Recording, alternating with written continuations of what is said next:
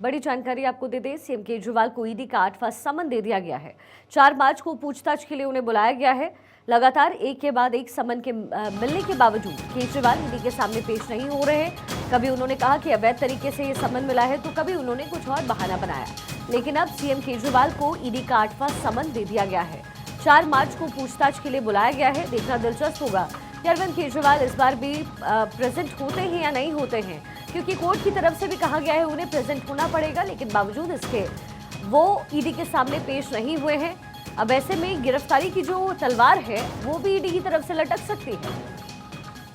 अब 8 मार्च का दिन मुकर्रर किया गया है शराब घोटाले मामले में। ईडी का ये 8वां समन अरविंद केजरीवाल को, और 8वें समन में जो वक्त दिया गया है वो है, जो डेट है वो है 4 मार्च का।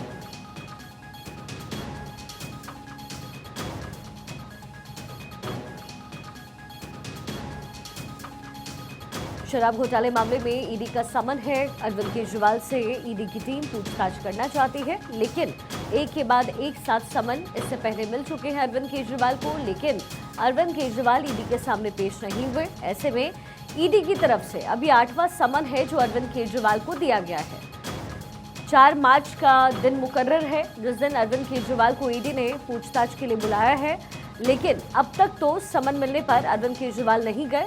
अब ऐसे में देखना दिलचस्प होने वाला है कि इस बार अरविंद केजरीवाल ईडी के समन पर ईडी के सामने पेश होते हैं या फिर नहीं होते हैं, और अगर वो नहीं होते हैं तो क्या ईडी की टीम उन्हें गिरफ्तार कर लेगी? क्या गिरफ्तारी की तलवार अरविंद केजरीवाल पर लटक रही है? ये एक अहम सवाल है। लेकिन इसी बीच 4 मार्च को ईडी के समन के मुताबिक वो दिन जब अरविंद केजरीवाल को प्रेजेंट होना है। सुरेश झा मेरे सहयोगी मेरे साथ जुड़ गए हैं। सुरेश, ईडी के समन में क्या कुछ बातें लिखी गई हैं?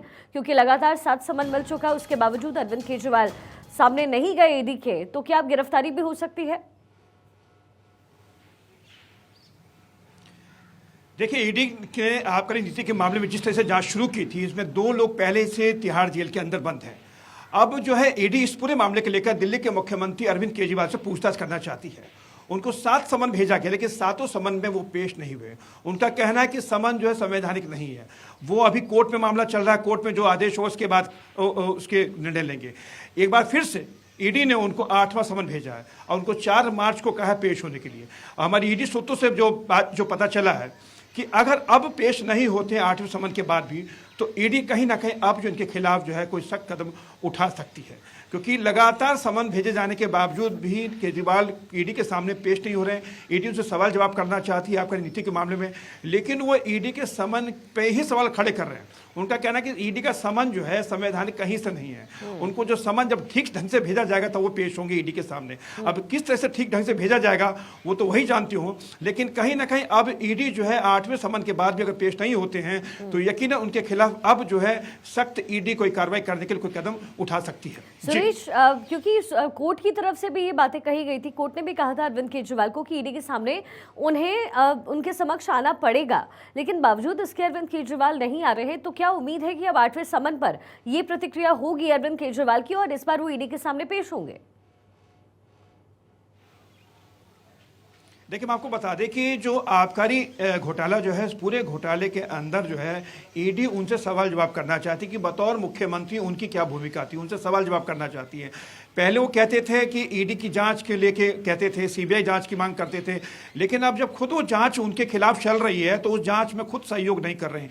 ईडी उनको बार बार बुला रही है, उनको पूछताछ करने के लिए उनको समन पे समन भेजा जा रहा है, लेकिन उस ईडी के समन को नजरअंदाज करते आ रहे हैं। लेकिन अब ईडी सूत्रों कहना कि 8 समन उनको भेजे जा चुके हैं। 8 समन पे अगर वो अब पेश नहीं होते, 4 मार्च को उनको कहा गया पेश होने के लिए, अगर 4 मार्च को भी वो पेश नहीं होते हैं तो ईडी उनके खिलाफ यकीनन कोई सख्त कदम जो है उठा सकती है।